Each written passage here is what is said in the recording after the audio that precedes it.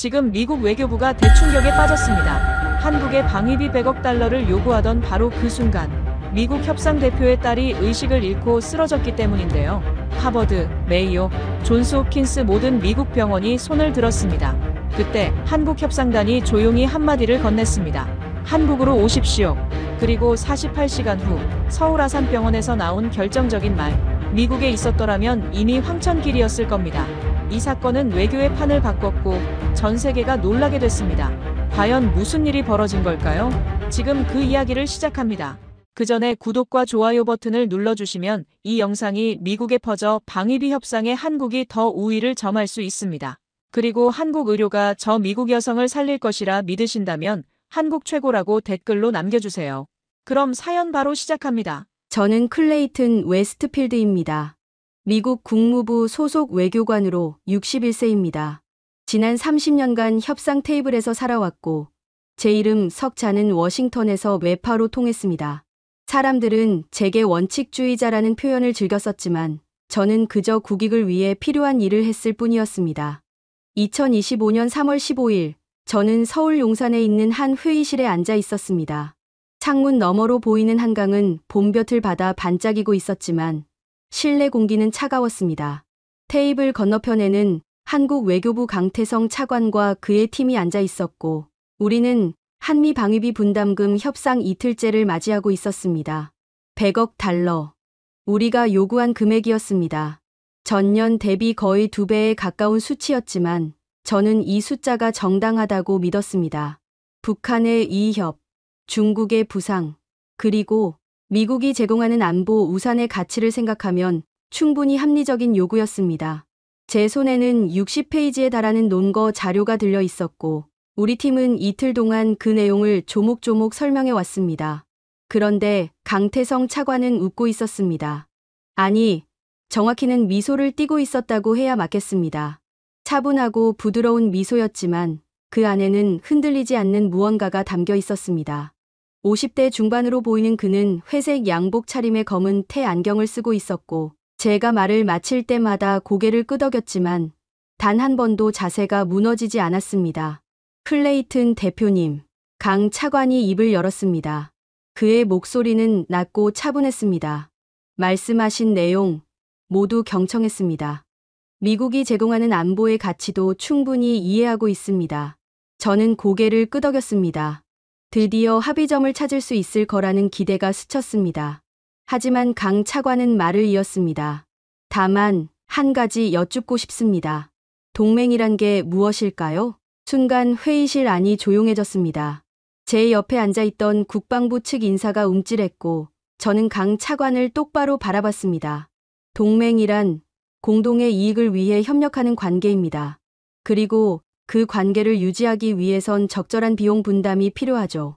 제 대답은 매뉴얼 그대로였습니다.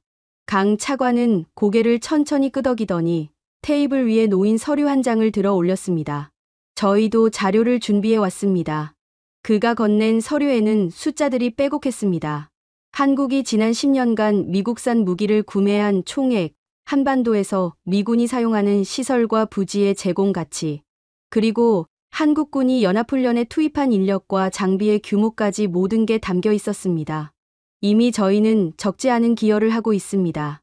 강 차관의 목소리는 여전히 부드러웠지만 그 안에는 단단한 확신이 실려 있었습니다. 그리고 동맹이란 건 단순히 돈으로 환산되는 게 아니라고 생각합니다. 서로를 신뢰하고 필요할 때 함께 서는 관계 아닐까요? 저는 아무 말도 하지 못했습니다. 논리적으로는 반박할 여지가 있었지만 그의 말에는 제가 쉽게 무시할 수 없는 무게가 실려 있었습니다. 검토하겠습니다. 강 차관이 말했습니다. 하지만 100억 달러는 저희로서는 받아들이기 어려운 숫자입니다. 좀 더 현실적인 선에서 다시 이야기를 나눴으면 합니다. 그 순간 제 휴대전화가 진동했습니다. 한 번, 두 번, 세 번. 저는 전화를 무시하려 했지만 진동은 멈추지 않았습니다. 뭔가 심상치 않다는 느낌이 들었습니다. 저는 양해를 구하고 자리에서 일어났습니다. 복도로 나와 전화를 확인했을 때 제 심장이 멎는 것 같았습니다. 발신자는 제 아내 메리였습니다. 전화를 받는 순간 메리의 떨리는 목소리가 들려왔습니다. 클레이튼, 소피아가 쓰러졌어요. 저는 그 자리에서 멈춰 섰습니다. 복도의 형광등 불빛이 너무 밝게 느껴졌고 메리의 목소리는 마치 멀리서 들려오는 것처럼 울렸습니다. 지금 응급실에 있어요. 의식이 없어요. 의사가 뭐라고 설명하는데 저는 하나도 이해가 안 돼요. 제 손이 떨렸습니다. 전화기를 쥔 손에서 힘이 빠져나갔고 숨을 쉬는 게 갑자기 힘들어졌습니다. 소피아, 제 딸, 15살 난 제 딸은 언제나 건강했습니다. 농구를 좋아했고 친구들과 어울리길 즐겼으며 제가 출장을 떠날 때마다 아빠, 조심히 다녀와요 라고 말하며 손을 흔들어 주던 아이였습니다. 지금 어디 병원이에요? 조지타운 대학병원이요. 클레이튼, 빨리 와요. 제발.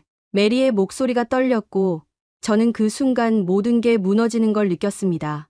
100억 달러, 동맹, 협상, 그 모든 게 한순간에 의미를 잃었습니다. 저는 회의실로 돌아갔습니다.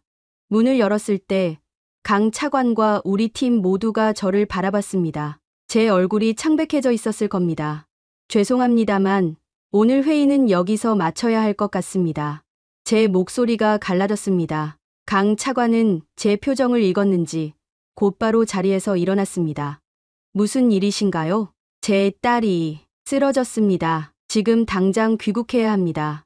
저는 그렇게 말하고 가방을 집어들었습니다. 손이 너무 떨려서 지퍼를 제대로 잠그지도 못했습니다. 강 차관이 다가왔습니다. 그는 제 어깨에 손을 얹었고 저는 그 손의 온기를 느꼈습니다. 클레이튼 대표님, 협상은 언제든 다시 할 수 있습니다. 지금은 가족이 먼저입니다. 그의 목소리는 진심으로 들렸습니다. 저는 고개를 끄덕이고 회의실을 빠져나왔습니다. 공항으로 향하는 차 안에서 저는 창밖을 내다봤습니다. 서울의 거리는 여전히 붐볐고 사람들은 각자의 일상을 살아가고 있었습니다. 하지만 제 세계는 완전히 멈춰 있었습니다. 제 머릿속에는 오직 하나의 생각만 맴돌았습니다.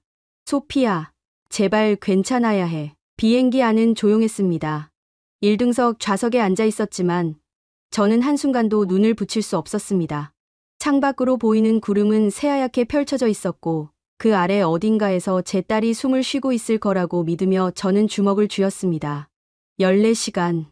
서울에서 워싱턴까지 걸리는 시간이었습니다. 평소라면 짧게 느껴졌을 시간이 그날은 끝없이 길게 느껴졌습니다. 저는 시계를 몇 번이나 확인했는지 모릅니다. 초침이 움직일 때마다 제 심장도 함께 조여들었습니다. 메리에게서 몇 차례 메시지가 왔습니다. 의사들이 검사 중이에요. 아직 깨어나지 않았어요. 클레이튼, 제발 빨리 와요. 저는 답장을 보낼 수가 없었습니다. 무슨 말을 해야 할지 몰랐습니다. 괜찮을 거라고 말하는 건 거짓말 같았고 걱정하지 말라고 하는 건 더 무책임하게 느껴졌습니다. 비행기가 착륙했을 때 저는 가장 먼저 뛰쳐나갔습니다. 입국 심사대를 지나고 수화물도 찾지 않은 채 곧장 택시를 잡아탔습니다. 조지타운 대학병원으로 최대한 빨리 가주세요. 기사는 제 얼굴을 보더니 고개를 끄덕였습니다. 차는 고속도로를 달렸고 저는 창밖으로 스쳐 지나가는 풍경을 보며 딸의 얼굴을 떠올렸습니다. 소피아는 언제나 밝았습니다. 아침마다 제게 아빠, 오늘도 좋은 하루 보내라고 말하며 환하게 웃어주던 아이였습니다. 학교에서 돌아오면 숙제보다 먼저 냉장고를 열고 엄마, 오늘 저녁 뭐해요? 라고 묻던 아이였습니다. 그 아이가 지금 의식이 없다니. 병원에 도착했을 때 저는 숨이 턱까지 차올랐습니다. 응급실 입구를 지나 복도를 달렸고 메리가 대기실에 앉아 있는 걸 발견했습니다. 메리, 제 목소리에 메리가 고개를 들었습니다. 그의 눈은 빨갛게 충혈돼 있었고 뺨에는 마른 눈물 자국이 남아 있었습니다. 클레이튼, 메리가 제 품에 안겼습니다. 저는 그를 꼭 껴안으며 떨리는 몸을 느꼈습니다. 소피아는요, 어떻게 됐어요? 아직 중환자실에 있어요. 의사가 곧 나온대요. 우리는 그 자리에 앉아서 기다렸습니다. 시간이 얼마나 지났는지 모릅니다. 복도를 지나가는 간호사들의 발소리, 어딘가에서 들려오는 기계음, 그리고 제 심장이 뛰는 소리만이 귓가에 울렸습니다. 그때 하얀 가운을 입은 의사가 나타났습니다. 60대 초반으로 보이는 남성이었고 그의 얼굴에는 피곤한 기색이 역력했습니다. 웨스트필드 씨 가족이신가요? 저는 벌떡 일어났습니다. 네, 저입니다. 제 딸은 어떻습니까? 의사는 잠시 망설이더니 천천히 입을 열었습니다. 소피아 양은 현재 안정적인 상태입니다. 다만 그가 말을 멈췄습니다.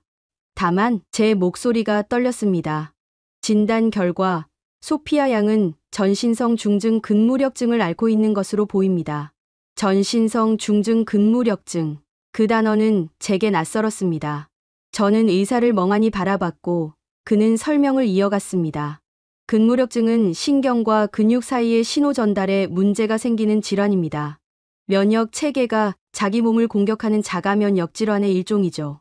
소피아 양의 경우는 매우 드문 유전자 변이형으로 전신의 근육이 약해지는 증상을 보이고 있습니다. 치료는요? 메리가 물었습니다. 그의 목소리는 가늘게 떨렸습니다. 의사는 고개를 저었습니다. 현재로서는 명확한 치료법이 없습니다. 일반적인 근무력증은 약물 치료나 면역 억제로 관리가 가능하지만 소피아 양의 경우는 유전자 변이가 특이해서 기존 치료법이 효과를 보이지 않을 가능성이 높습니다. 제 다리에서 힘이 빠졌습니다. 옆에 있던 의자를 붙잡고 겨우 중심을 잡았습니다. 그럼 우리 딸은 최악의 경우 호흡 근육까지 영향을 받을 수 있습니다. 그렇게 되면 인공호흡기에 의존해야 할 수도 있고 의사는 더 이상 말을 잇지 못했습니다. 저는 그 자리에 주저앉았습니다. 소피아를 볼 수 있게 된 건 그로부터 2시간 뒤였습니다. 중환자실 문을 열고 들어갔을 때 저는 숨이 멎는 줄 알았습니다. 침대 위에 누워있는 소피아는 너무나 작아 보였습니다. 얼굴은 창백했고 여러 개의 줄이 그의 몸에 연결돼 있었습니다. 심전도 모니터는 규칙적으로 삐삐 소리를 냈고 산소 호흡기가 작은 소리를 내며 작동하고 있었습니다. 소피아. 저는 침대 옆에 앉아 딸의 손을 잡았습니다. 그 손은 차갑고 축 늘어져 있었습니다. 아빠가 왔어. 이제 괜찮을 거야. 하지만 소피아는 눈을 뜨지 않았습니다. 저는 그날 밤 딸의 곁을 떠나지 않았습니다. 메리는 집에 가서 옷을 챙겨오겠다며 자리를 떴고 저는 홀로 중환자실에 남았습니다. 모니터의 불빛이 어둠 속에서 저는 딸의 손을 꼭 잡은 채 기도했습니다. 신에게 기도한 건 정말 오랜만이었습니다. 그 이후로 저는 미국 내 최고의 병원들을 찾아다녔습니다. 하버드 의과대학 부속병원, 메이오 클리닉, 존스 홉킨스 병원. 모두가 같은 이야기를 했습니다. 유전자 변이형이 특이합니다. 임상 적용 가능한 치료법이 없습니다. 연구 단계에 있는 치료법은 있지만 아직 승인되지 않았습니다. 최선을 다하겠지만 장담할 수 없습니다. 장담할 수 없다는 말. 그 말이 얼마나 무서운 말인지 저는 그때 처음 알았습니다. 3주가 지났습니다. 소피아는 깨어났지만 몸을 제대로 움직이지 못했습니다. 팔을 들어 올리는 것조차 힘들어했고 말을 할 때도 힘겹게 숨을 내쉬었습니다. 아빠, 나 괜찮아질 수 있을까요? 어느 날 밤 소피아가 제게 물었습니다. 그 눈빛은 불안으로 가득했습니다. 저는 대답할 수 없었습니다. 괜찮을 거라고 말하고 싶었지만 그 말이 거짓이 될까봐 두려웠습니다. 물론이지. 아빠가 반드시 방법을 찾을게. 저는 그렇게 말했지만 제 목소리는 떨리고 있었습니다. 그리고 바로 그날 제게 메시지가 하나 도착했습니다. 발신자는 강태성이었습니다. 클레이튼 대표님, 따님의 상태는 어떠신가요?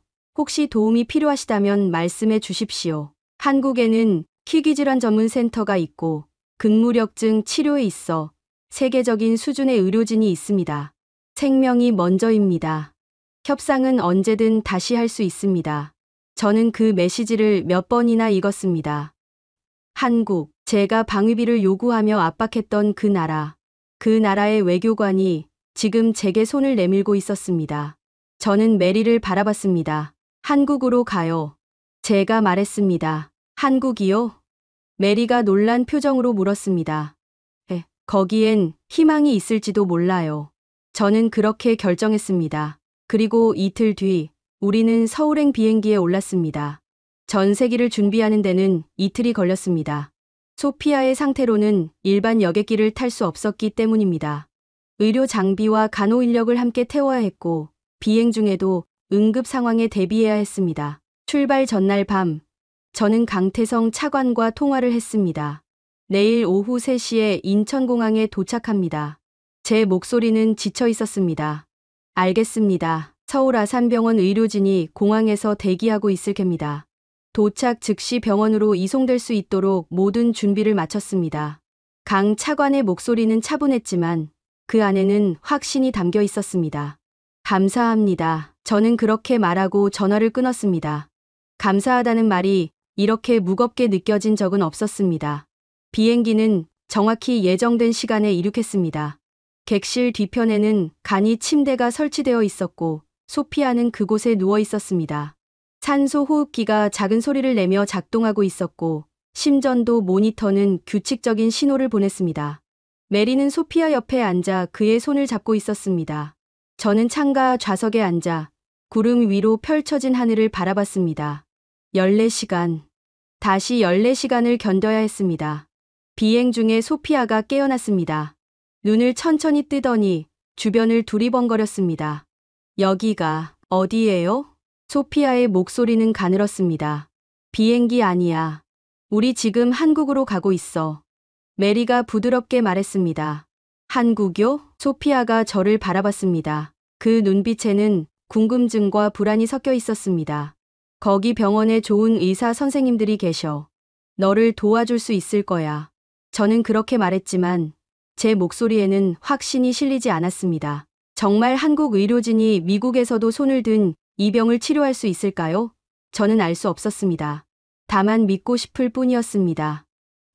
아빠, 소피아가 작게 말했습니다. 무서워요. 그 한마디에 제 가슴이 무너졌습니다. 저는 소피아의 손을 잡았습니다. 차갑고 작은 손이었습니다. 괜찮아. 아빠가 곁에 있을게. 엄마도 있고 아빠도 무서우세요? 소피아가 물었습니다. 저는 대답할 수 없었습니다. 무섭지 않다고 거짓말할 수는 없었습니다. 저는 두려웠습니다. 딸을 잃을지도 모른다는 생각에 매일 밤 잠들지 못했습니다. 아빠도 무서워. 저는 솔직하게 말했습니다. 하지만 우리 함께 이겨낼 거야. 소피아는 고개를 끄덕였습니다. 그리고 다시 눈을 감았습니다. 비행기가 인천공항에 착륙한 건 오후 3시 15분이었습니다. 기내 방송이 울렸고 저는 창밖을 내다봤습니다. 맑은 봄날이었습니다. 하늘은 푸르렀고 활주로는 햇빛을 받아 반짝였습니다. 비행기가 멈추자마자 문이 열렸습니다. 그리고 하얀 가운을 입은 의료진이 들어왔습니다. 웨스트필드 씨 가족이신가요? 선두에 선 의사가 물었습니다. 40대 중반으로 보이는 여성이었고 침착한 눈빛을 하고 있었습니다. 네, 맞습니다. 저는 서울 아산병원 신경과 박은정 교수입니다. 지금부터 소피아 양을 모시고 병원으로 이동하겠습니다. 박은정 교수는 곧바로 소피아의 상태를 확인했습니다. 맥박을 짚고 눈동자 반응을 살폈으며 호흡 상태를 점검했습니다. 모든 동작이 빠르고 정확했습니다.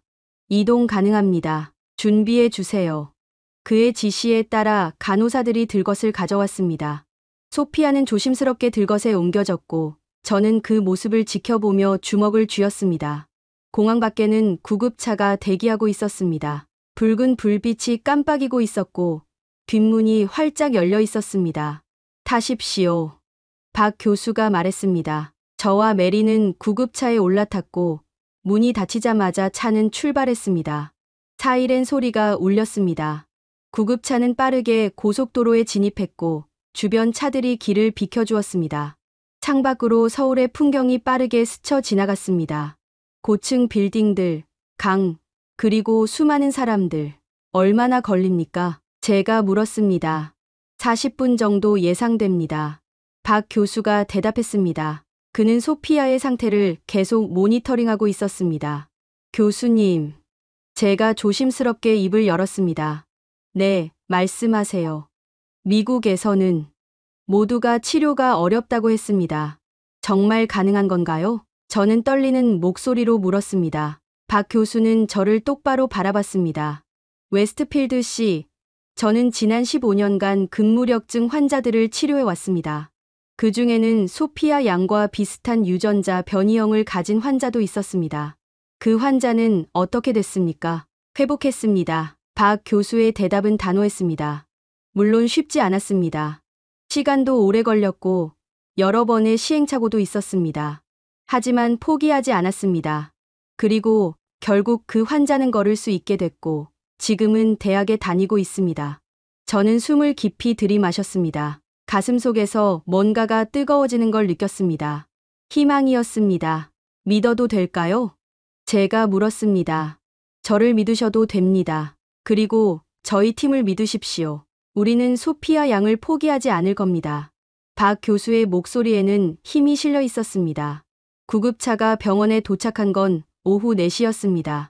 건물 입구에는 이미 의료진이 대기하고 있었고 소피아는 곧바로 응급실로 이송됐습니다. 저는 복도에 서서 그 모습을 지켜봤습니다. 의료진이 분주하게 움직였고 기계들이 작동하기 시작했습니다.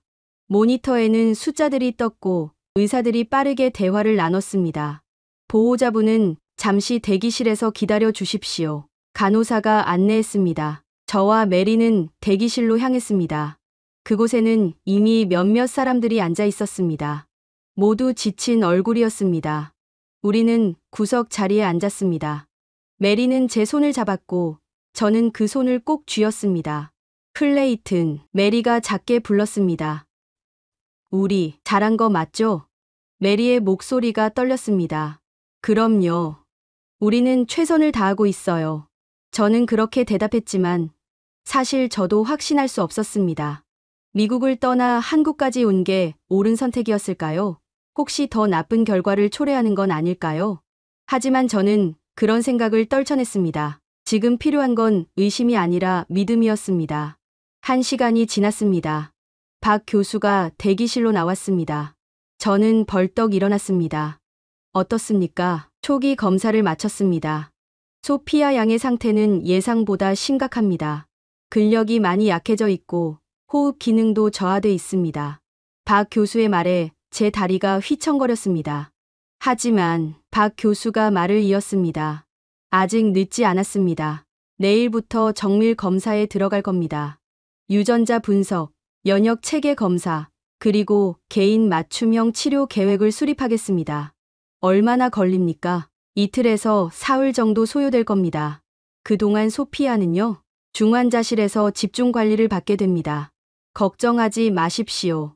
24시간 모니터링이 이뤄질 겁니다. 박 교수는 제 어깨를 가볍게 두드렸습니다. 웨스트필드 씨, 소피아 양은 강한 아이입니다. 여기까지 오는 동안에도 잘 버텨냈어요. 우리도 최선을 다하겠습니다. 저는 고개를 끄덕였습니다. 목이 메어 말이 나오지 않았습니다. 그날 밤, 저는 병실 밖 복도에 앉아 있었습니다. 메리는 병원 근처 숙소에서 쉬고 있었고, 저는 딸 곁을 떠나고 싶지 않았습니다.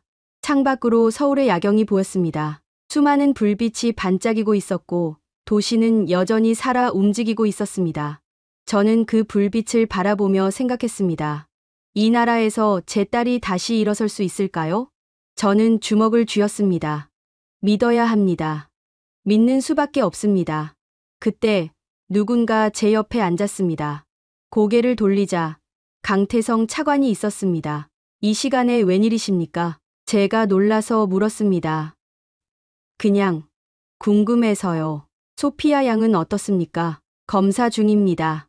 내일부터 본격적인 치료가 시작된다고 하더군요. 강 차관은 고개를 끄덕였습니다. 그리고 잠시 침묵이 흘렀습니다. 클레이튼 대표님, 협상 테이블에서는 우리가 서로 부딪혔습니다. 하지만 지금 이 순간 우리는 그냥 사람입니다. 한 사람의 아버지이고 또 한 사람은 도울 수 있는 위치에 있는 사람이죠. 강 차관의 목소리는 따뜻했습니다. 생명 앞에서 국적은 중요하지 않습니다. 중요한 건 우리가 서로를 돕는다는 거예요. 저는 강 차관을 바라봤습니다. 그의 눈빛은 진심으로 가득했습니다. 감사합니다. 저는 그렇게 말했습니다. 그리고 그 순간 제 마음속에서 뭔가가 변하기 시작했습니다. 우리가 무시했던 이 나라, 우리가 압박했던 이 사람들, 그들은 지금 제 딸을 살리기 위해 최선을 다하고 있었습니다. 다음 날 아침 7시, 저는 박은정 교수의 진료실로 안내받았습니다. 복도를 걸으며 저는 주변을 둘러봤습니다. 병원은 이미 분주하게 움직이고 있었습니다. 간호사들이 빠른 걸음으로 오갔고 의료진들이 차트를 들고 이야기를 나누고 있었습니다. 진료실 문을 열자 박 교수가 컴퓨터 화면을 보고 있었습니다. 화면에는 복잡한 그래프와 숫자들이 가득했습니다. 앉으십시오. 박 교수가 말했습니다. 저는 의자에 앉았고 메리도 제 옆에 자리를 잡았습니다. 밤사이 소피아 양의 상태를 계속 모니터링했습니다. 안정적입니다. 오늘부터 본격적인 검사를 시작하겠습니다. 박 교수가 화면을 돌려 저희에게 보여줬습니다. 이게 소피아 양의 유전자 분석 결과입니다. 미국에서 받으신 자료를 함께 검토했는데 말씀하신 대로 매우 특이한 변이형이 맞습니다. 화면 속 그래프는 제게 낯선 것들이었습니다. 선들이 복잡하게 얽혀 있었고 곳곳에 붉은 표시가 되어 있었습니다. 하지만 박 교수가 말을 이었습니다. 이 변이는 우리가 이전에 다뤄본 케이스와 80% 정도 유사합니다. 그 환자의 치료 데이터가 있기 때문에 우리는 좀 더 빠르게 치료 계획을 세울 수 있습니다. 정말입니까? 제 목소리에 희망이 실렸습니다. 다만 시간이 필요합니다. 소피아 양의 몸이 어떻게 반응하는지 지켜봐야 하고 그에 맞춰 치료를 조정해야 합니다. 박 교수는 다른 화면을 띄웠습니다. 오늘은 인공지능 기반 병리 분석을 진행합니다. 소피아 양의 혈액 샘플, 근육 조직 샘플을 채취해서 정밀하게 분석할 겁니다. 그리고 맞춤형 단백질 치료제 설계에 들어갑니다. 인공지능이요? 메리가 물었습니다. 우리 병원은 3년 전부터 인공지능 진단 시스템을 도입했습니다. 수천 건의 케이스를 학습한 시스템이 환자의 데이터를 분석하고 최적의 치료법을 제안합니다. 물론 최종 결정은 의료진이 하지만 인공지능의 도움으로 진단 속도와 정확도가 크게 향상됐습니다. 저는 놀라움을 감추지 못했습니다. 미국에서도 인공지능 의료에 대한 이야기는 들었지만 실제로 임상에서 이렇게 활용되고 있다는 건 처음 알았습니다. 그리고 이건 박 교수가 작은 상자를 꺼내 보여줬습니다. 한국에서 개발한 유전체 분석 키트입니다.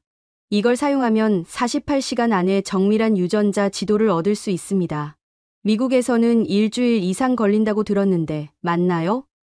맞습니다. 저는 고개를 끄덕였습니다. 우리는 속도가 중요하다고 생각합니다. 특히 희귀 질환의 경우 빠른 진단이 생명을 좌우할 수 있으니까요. 박 교수의 말에는 확신이 담겨 있었습니다. 검사는 그날 오전 10시에 시작됐습니다.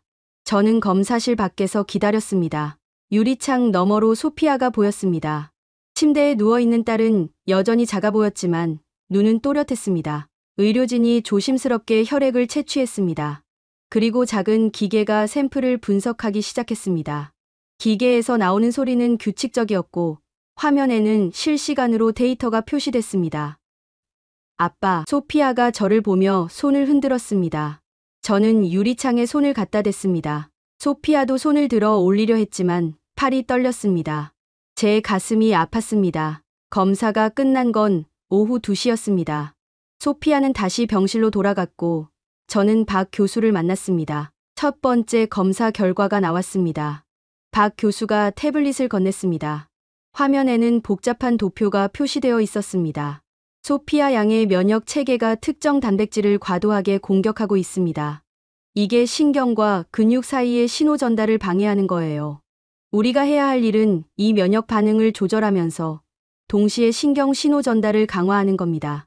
어떻게요? 맞춤형 면역 억제제와 신경 전달 촉진제를 병행합니다.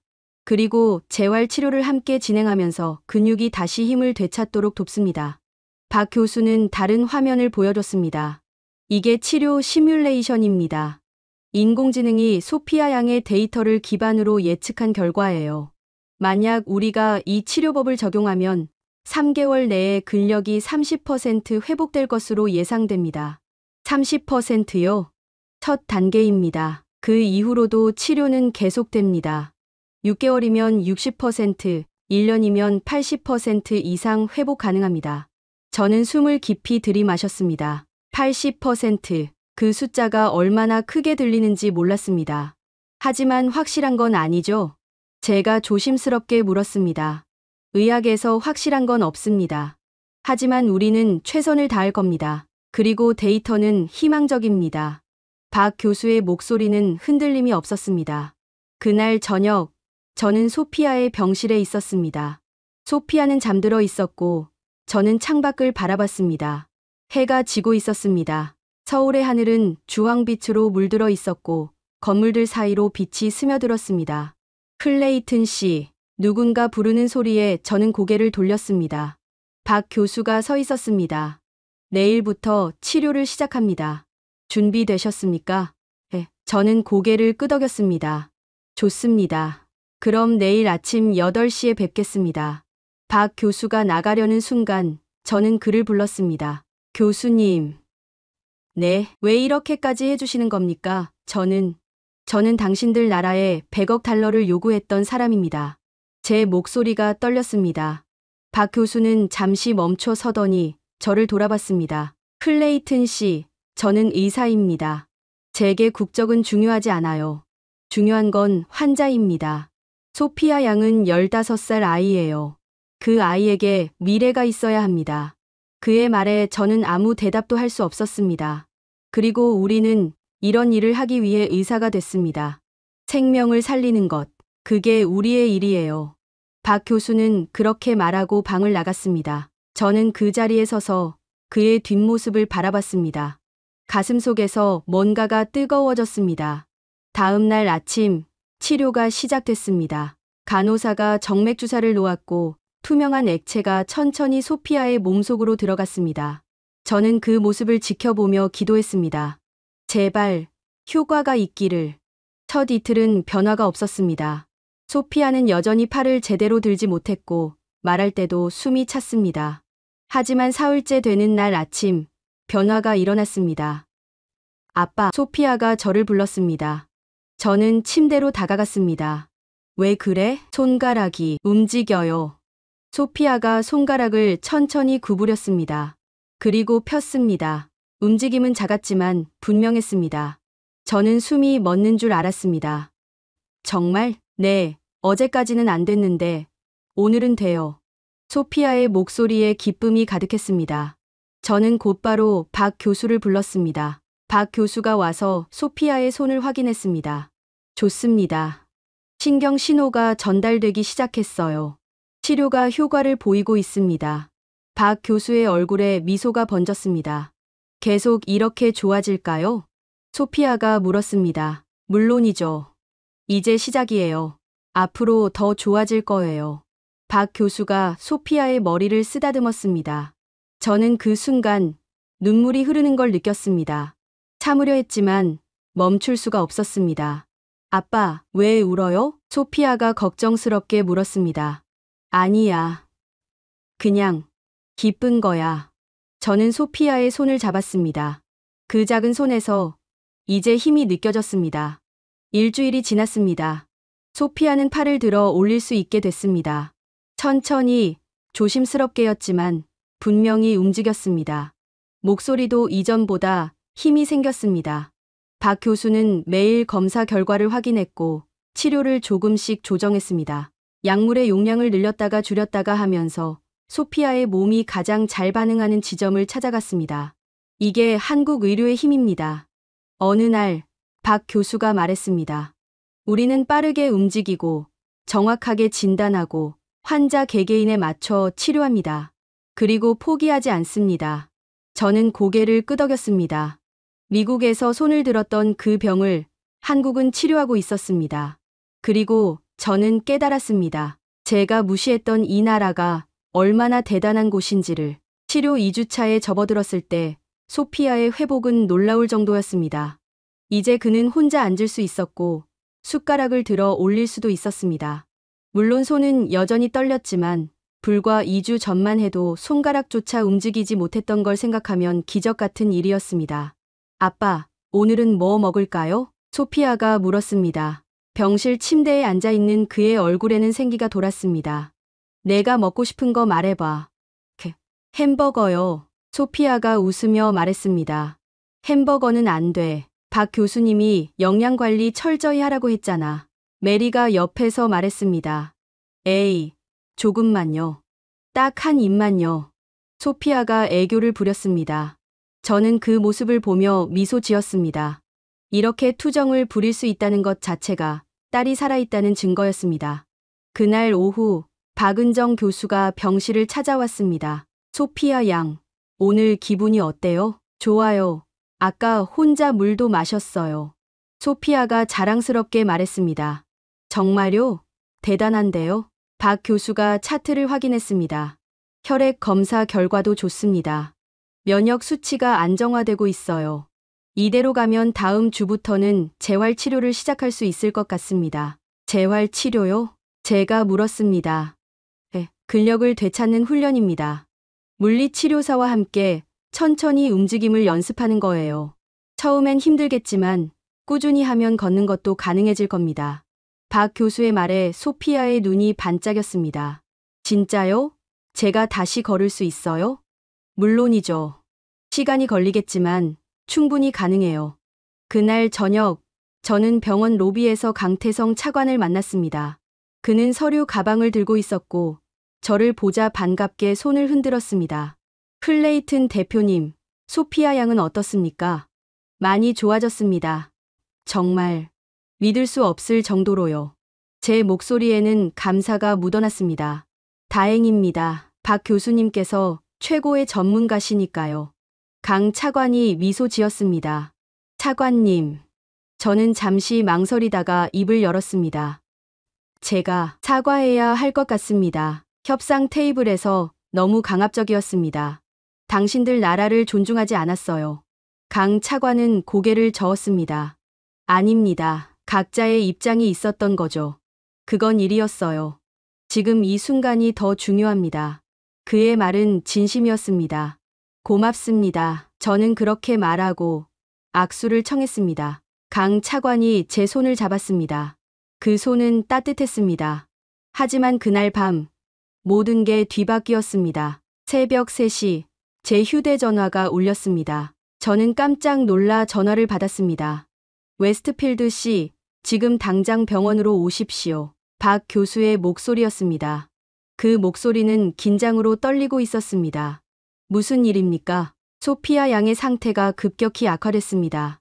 제 심장이 멎는 것 같았습니다. 저는 옷을 제대로 입지도 못한 채 병원으로 달려갔습니다. 메리도 함께였습니다. 택시 안에서 메리는 계속 울었고 저는 아무 말도 할 수 없었습니다. 병원에 도착했을 때 중환자실에는 이미 여러 명의 의료진이 모여 있었습니다. 박 교수가 저를 보고 다가왔습니다. 무슨 일입니까? 오늘 저녁까지만 해도 괜찮았는데. 제 목소리가 떨렸습니다. 자정쯤 갑자기 호흡이 불규칙해지기 시작했습니다. 혈압도 떨어지고 근력도 다시 약해졌어요. 지금 응급 처치 중입니다. 어떻게 이럴 수가. 저는 주저앉을 뻔했습니다. 원인을 찾고 있습니다. 뭔가 잘못됐어요. 박 교수의 목소리에도 당혹감이 묻어났습니다. 중환자실 안에서는 의료진이 분주하게 움직이고 있었습니다. 소피아는 산소 마스크를 쓰고 있었고 여러 개의 기계가 그를 둘러싸고 있었습니다. 제발. 저는 중얼거렸습니다. 제발 괜찮아야 해. 새벽 5시 박 교수가 다시 나왔습니다. 그의 얼굴은 창백했습니다. 혈액 검사 결과가 나왔습니다. 소피아 양의 혈중에서 이상한 물질이 검출됐어요.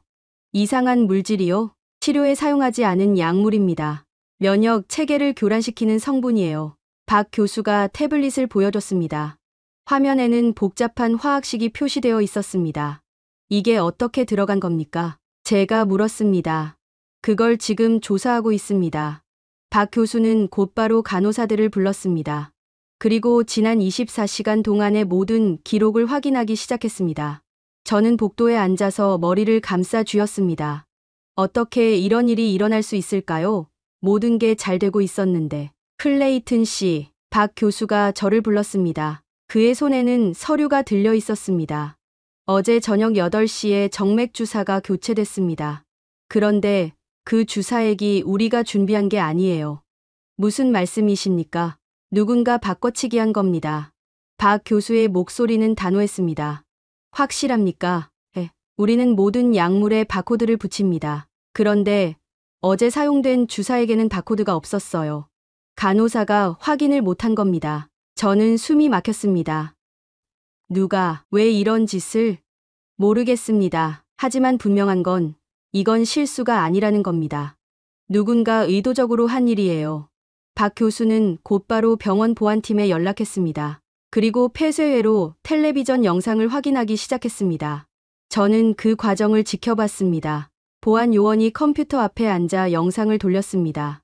복도, 간호사실, 병실 입구, 모든 각도의 영상이 재생됐습니다. 여기입니다. 보안 요원이 화면을 멈췄습니다. 영상 속에는 한 남자가 보였습니다. 흰색 가운을 입고 있었지만 얼굴은 마스크로 가려져 있었습니다. 그는 간호사실에 들어가더니 무언가를 꺼내 들고 나왔습니다. 저 사람은 누굽니까? 박 교수가 물었습니다. 모르겠습니다. 직원 명단에 없는 사람입니다. 보안 요원이 대답했습니다. 얼굴을 확인할 수 있습니까? 마스크를 쓰고 있어서 어렵습니다. 하지만 출입 기록을 추적할 수는 있습니다. 보안팀은 즉시 조사에 들어갔습니다. 그리고 1시간 뒤 결과가 나왔습니다. 외부인입니다. 방문객 출입증을 위조해서 들어온 것으로 보입니다. 방문객 출입증을요? 그리고 이 사람은 병원을 나간 뒤 인근 호텔로 들어갔습니다. 그 호텔은 보안 요원이 말을 멈췄습니다. 글로벌 케어메드라는 미국 제약회사 직원들이 묵고 있는 곳입니다. 제 머릿속이 하얘졌습니다. 미국 제약회사요? 최근 한국 시장에 신약을 출시하려고 로비 활동을 하고 있는 회사입니다. 저는 그 순간 모든 걸 이해했습니다. 소피아의 치료가 성공하면 한국의 의료 기술이 세계적으로 주목받을 것입니다. 그리고 그건 미국 제약회사들에게는 위협이 될 수 있었습니다. 누군가 이 치료를 막으려 한 겁니다. 경찰에 신고해야 합니다. 박 교수가 말했습니다. 기다려 주십시오. 제가 말했습니다. 제가 직접 알아보겠습니다. 저는 곧바로 국무부에 연락했습니다. 그리고 글로벌 케어메드에 대한 정보를 요청했습니다. 답변은 6시간 뒤에 왔습니다. 글로벌 케어메드는 최근 한미 제약 협력 사업에서 탈락했습니다. 한국 정부가 자국 기술을 우선시했기 때문이죠. 그들은 이에 불만을 품고 있었고 로비스트를 고용했습니다. 제 손이 떨렸습니다. 제 딸이 기업의 이익 다툼에 희생당할 뻔한 겁니다. 저는 박 교수를 찾아갔습니다. 교수님, 범인을 찾았습니다. 미국 제약회사가 배우입니다. 박 교수는 잠시 침묵했습니다. 클레이튼 씨, 이건 단순한 의료 사고가 아닙니다. 범죄예요. 압니다. 제가 처리하겠습니다. 제발 소피아만 살려주십시오. 제 목소리는 간절했습니다. 박 교수는 고개를 끄덕였습니다. 소피아 양은 지금 해독 치료를 받고 있습니다. 이틀 정도 지나면 안정될 겁니다. 다행히 빨리 발견했어요. 저는 안도의 한숨을 쉬었습니다. 그리고 저는 결심했습니다. 이 일을 절대 그냥 넘어가지 않겠다고. 제 딸을, 그리고 한국의 의료진을 지키겠다고. 이틀이 지나자 소피아는 다시 안정을 찾았습니다. 박은정 교수와 의료진의 신속한 대응 덕분이었습니다. 해독 치료가 효과를 보였고 소피아의 혈압과 호흡은 정상으로 돌아왔습니다. 하지만 저는 편히 쉴 수 없었습니다. 워싱턴에서 연락이 왔습니다. 국무부 아시아 담당 차관보였습니다. 클레이튼, 협상을 재개해야 합니다. 이미 한 달이 지났어요. 백악관에서 압박이 들어오고 있습니다. 전화기 너머 목소리는 차갑고 단호했습니다. 제 딸이 아직 치료 중입니다. 제가 대답했습니다. 개인적인 사정은 이해합니다. 하지만 국익이 우선입니다. 당신도 외교관이잖아요. 알고 있습니다. 그럼 일주일 안에 복귀하십시오. 그게 명령입니다. 전화가 끊겼습니다. 저는 휴대전화를 내려다봤습니다. 손이 떨렸습니다. 국익과 가족. 저는 평생 국익을 위해 살아왔습니다. 하지만 지금 제 앞에는 딸이 있었습니다. 겨우 목숨을 건진 딸이 누워 있었습니다. 그날 오후 소피아가 깨어났습니다. 저는 침대 옆에 앉아 있었고 소피아는 천천히 눈을 떴습니다. 아빠, 응, 소피아. 괜찮아? 근데 아빠, 무슨 일 있어요? 표정이 안 좋아요. 소피아가 걱정스럽게 물었습니다. 저는 미소를 지으려 했지만 얼굴 근육이 굳어 있었습니다. 아니야. 아무 일도 없어. 거짓말. 아빠는 걱정하면 이마에 주름이 생겨요. 소피아가 제 손을 잡았습니다. 그 손은 여전히 약했지만 따뜻했습니다. 아빠, 여기 사람들. 정말 좋은 사람들이에요. 소피아가 말했습니다. 박 교수님도 그렇고 간호사 선생님들도요. 다들 저한테 정말 잘해줘요. 마치 가족처럼요. 제 가슴이 뜨거워졌습니다. 그들은 정말 훌륭한 사람들이야. 아빠도 그렇게 생각하죠. 그래서 우리 여기 있는 거 맞죠? 소피아가 제 눈을 똑바로 바라봤습니다. 맞아. 그럼 아빠, 걱정하지 마세요. 저 괜찮을 거예요. 이 사람들 믿어요. 소피아의 말에 저는 결정을 내렸습니다. 그날 저녁, 저는 워싱턴으로 이메일을 보냈습니다. 저는 현재 협상 테이블로 돌아갈 수 없습니다. 제 딸이 치료를 받고 있고, 최근 외부의 방해 공작으로 위험한 상황을 겪었습니다. 이 나라, 대한민국은 제 딸의 생명을 구하고 있습니다. 저는 이들을 신뢰하며 생명이 협상보다 우선한다고 믿습니다. 협상은 미룹니다. 메시지를 보낸 뒤 저는 휴대전화를 껐습니다. 다음 날 아침 강태성 차관이 병원을 찾아왔습니다. 클레이튼 대표님, 워싱턴에서 연락이 왔다고 들었습니다. 압박을 받고 있습니다. 힘드시겠습니다. 강 차관의 목소리는 조용했습니다. 아닙니다. 오히려 명확해졌어요. 저는 창밖을 바라봤습니다. 봄날의 햇살이 따뜻하게 내리쬐고 있었습니다.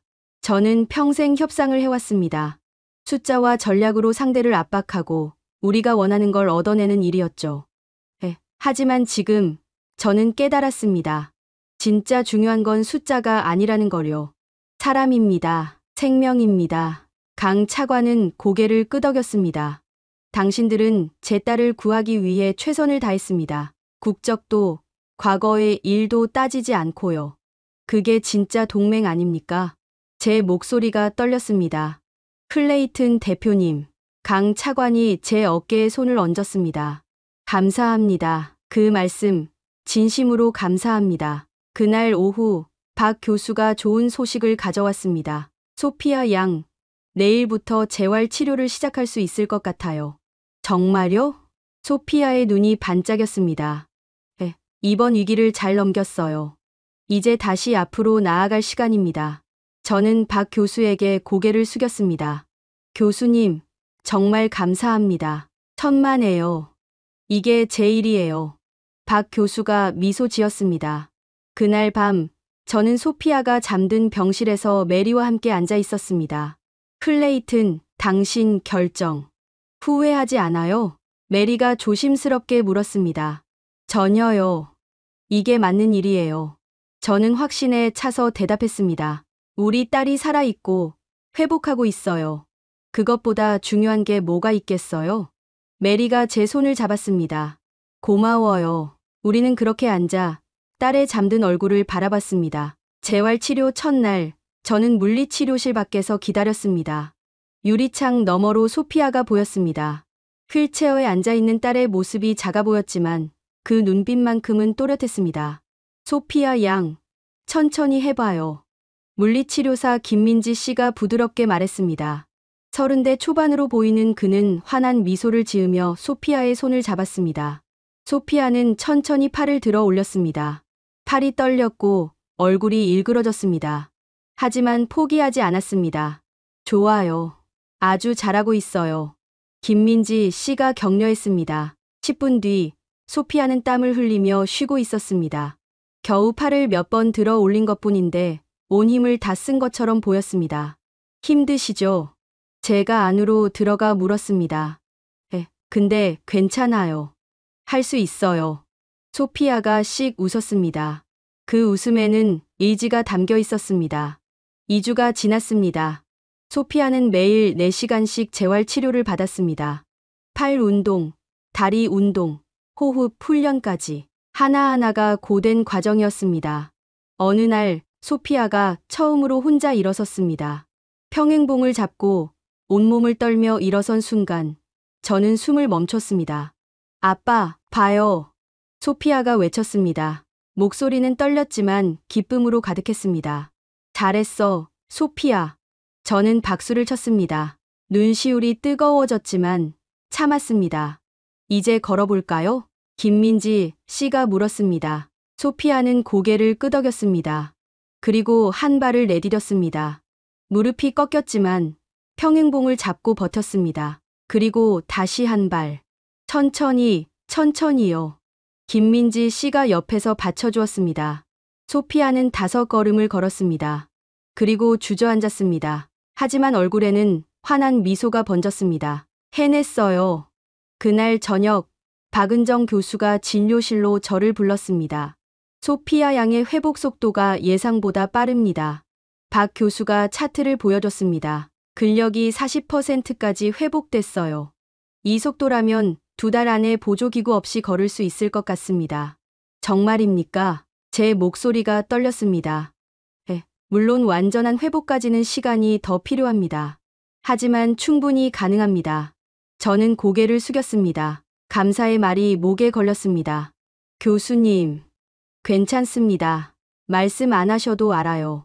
박 교수가 미소 지었습니다. 4주차가 됐을 때 병원에서 특별한 제안이 왔습니다. 소피아 양에게 로봇 재활 프로그램을 적용하고 싶습니다.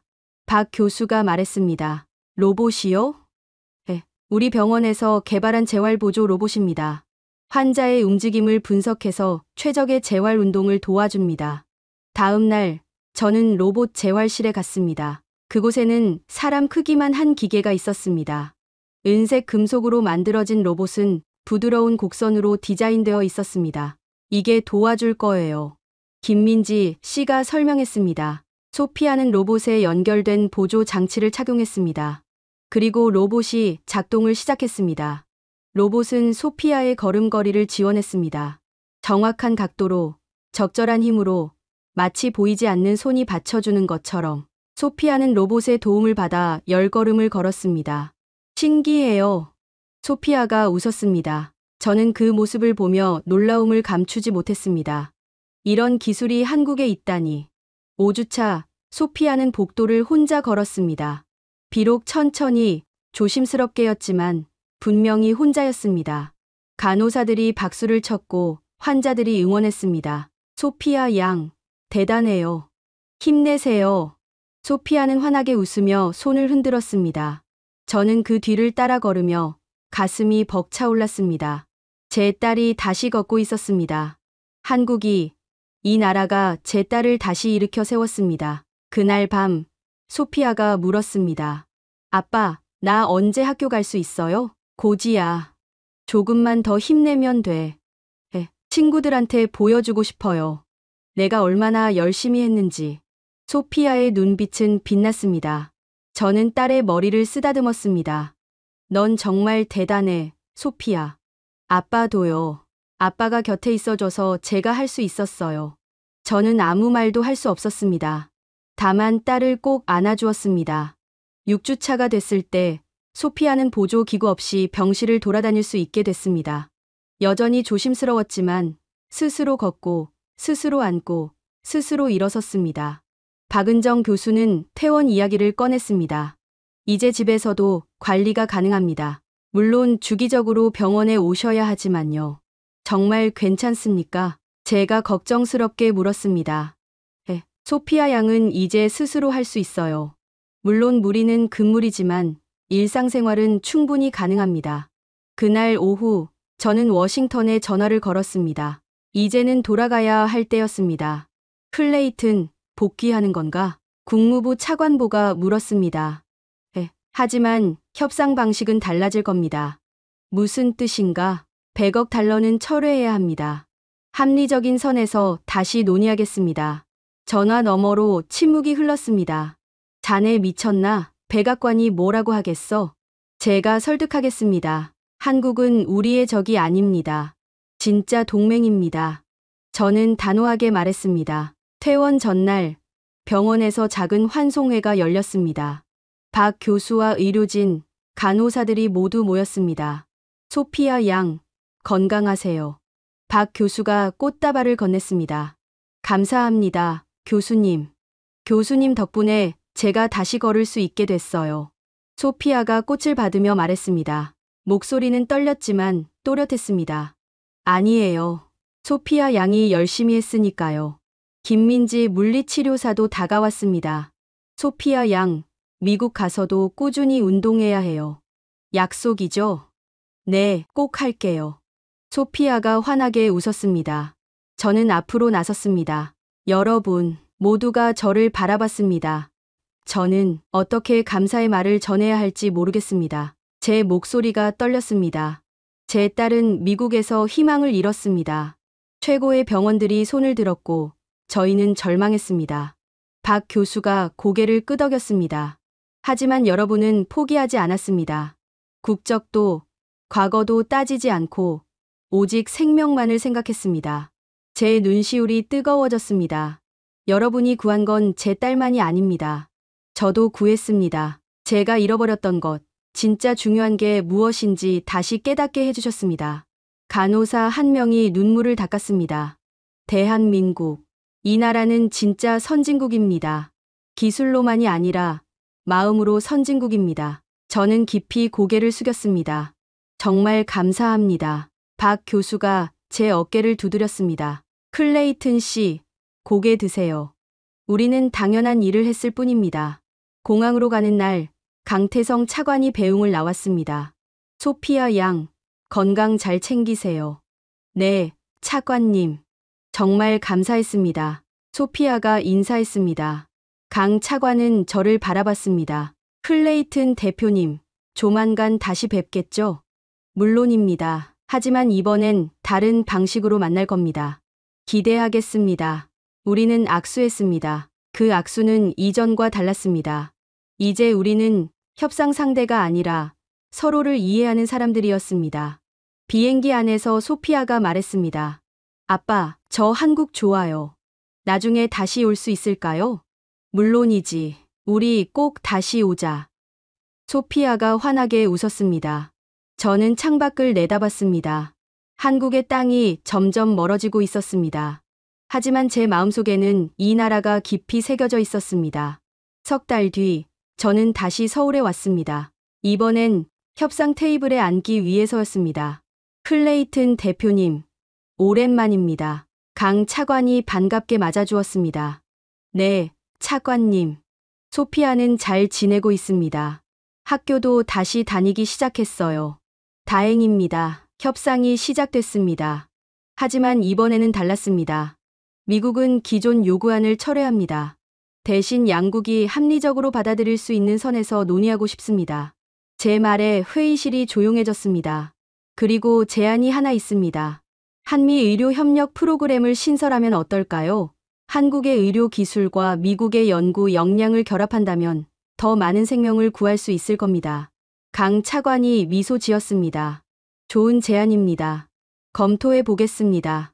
협상은 순조롭게 진행됐습니다. 서로를 압박하는 대신 함께 방법을 찾았습니다. 그날 저녁, 저는 서울 아산병원을 다시 찾았습니다. 박 교수를 만나기 위해서였습니다. 클레이튼 씨, 오셨군요. 네, 교수님. 감사 인사를 또 드리고 싶어서요. 소피아 양은 어떻습니까? 완벽합니다. 이제 농구도 다시 시작했어요. 박 교수의 얼굴에 환한 미소가 번졌습니다. 정말 기쁩니다. 교수님, 하나만 물어봐도 될까요? 네, 말씀하세요. 왜 그렇게까지 해주셨습니까? 저는 당신들 나라에 압박을 가했던 사람인데요. 박 교수는 잠시 생각하더니 말했습니다. 클레이튼 씨, 의료에는 국경이 없습니다. 환자 앞에서 우리는 그냥 의사일 뿐이에요. 그게 우리가 맹세한 일입니다. 저는 고개를 끄덕였습니다. 한국은 정말 대단한 나라입니다. 아닙니다. 우리도 배우고 있어요. 클레이튼 씨처럼 변화할 수 있는 용기를 가진 분들에게서요. 그날 밤, 저는 호텔방에서 소피아에게 영상통화를 걸었습니다. 아빠, 어때요? 협상 잘 됐어요? 응, 아주 잘 됐어. 이제 우리는 진짜 동맹이 됐어. 다행이다. 아빠, 한국 사람들한테 안부 전해주세요. 제가 정말 감사하다고요. 그럴게. 통화를 끊고 저는 창밖을 바라봤습니다. 서울의 야경이 아름다웠습니다. 불빛들이 반짝이며 살아 숨 쉬는 도시를 만들고 있었습니다.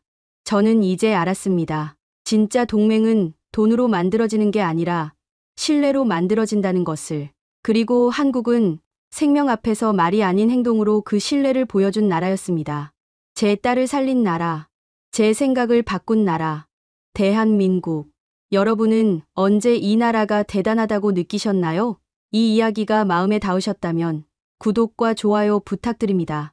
감사합니다.